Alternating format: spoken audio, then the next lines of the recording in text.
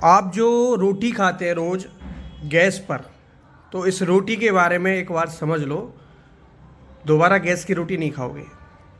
Believe करना, हमारे पूर्वज, हमारे बड़े बूढ़े जो रोटियां खाते थे तंदूर की, चूल्हे की, यानी जो कोयले से, लकड़ी से बनी होती थी, और उन रोटियों से बीमारियां कम होती थी। अब जबकि रोटियां आप कितना ही अच्छे आटे से बना लें, यानी अब तो ज़्यादातर गेहूं ही यूज किया जा रहा है। मोटे अनाज तो लोग भूल चुके हैं, मोटे अनाजों को भूल चुके हैं। रोटी पकाने का तरीका भी गलत हो गया है। तो ये रोटी नहीं, ये आपके लिए जहर होती है। इससे डायबिटीज़, बीपी आपका बढ़ रहा है। और दूसरी बात, फिर गेहूं का जो इस्तेमाल कर रहे हैं, उस गेहूं को भी आप छान कर इस्तेमाल कर रहे हैं, उसकी भूसी को फेंक रहे हैं जिसमें सबसे ज़्यादा पोषक तत्व होता है। तो लगा लीजिए आप ये रोटी नहीं खा रहे, जहर खा रहे हैं।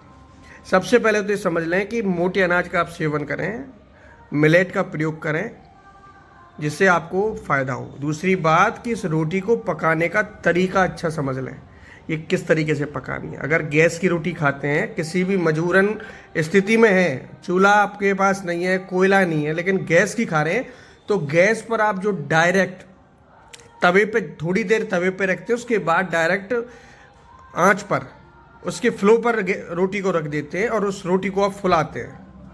तो ये जो फूली हुई रोटी है, जिसमें कि आप अंदर समझ रहे हैं कि कितना मुलायम रोटी बन गया है और फूल गया है। आपके घर में भी फूली हुई रोटी को ज़्यादा पसंद करते हैं, लेकिन इस फूली हुई रोटी के अंदर जो गैस भरी हुई है वो कार्बन मोनोऑक्साइड है, नाइट्रोजन डाइऑक्साइड है। ये जो गैसेस हैं ना, पहली बात तो जो आपका जो सिलेंडर था जिसमें कि जो गैस थी, पहली बात तो वो कई तरह के केमिकल से मिलकर बनी है। दूसरी बात, आप जो डायरेक्ट उस पर रोटी यहाँ फुला रहे हैं, जो उसमें दो तरह की गैस पैदा हो रही हैं, कार्बन मोनोऑक्साइड और नाइट्रोजन डाइऑक्साइड।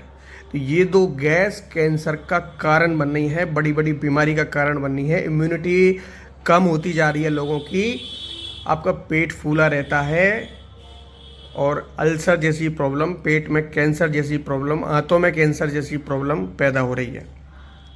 डायबिटीज़, बीपी बढ़ रहा है। तो ये गंभीर बीमारियां इसलिए हो रही हैं क्योंकि रोटी खाने का तरीका गलत है। आप देखिए, गैस पर आप रोटी बना रहे हैं और गैस की ही खाना चाहते हैं मजबूरन, तो मैं आपको यही सजेस्ट करूंगा कि उस रोटी को तवे पे फुलाने की कोशिश करें, ना कि आंच पर डायरेक्ट। तवे की जो रोटी, फूली हुई रोटी होती है, वो उतनी आपके लिए नुकसानदायक नहीं होगी। और कोशिश तो यही कीजिएगा कि आप घर पर चूल्हे का इंतज़ाम या कोयले का इंतज़ाम कीजिए, तंदूर का इंतज़ाम कीजिए, उस पर रोटी बनाइए। जो वो कोयला होता है वो नेचुरल होता है, ध्यान रखिए।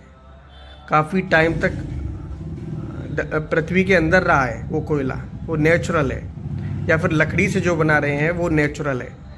उसमें जो गैसेस निकलती हैं वो आपके लिए नुकसानदायक नहीं होती है, ध्यान रखिए। पाचन भी अच्छा रहता है। और गेहूं का आटा भी खा रहे हैं तो उसको छानने का प्रयास कम करें, भूसी समेत खाएं, या मोटा अनाज पिसवाएं पहले ही, समझ रहे हैं।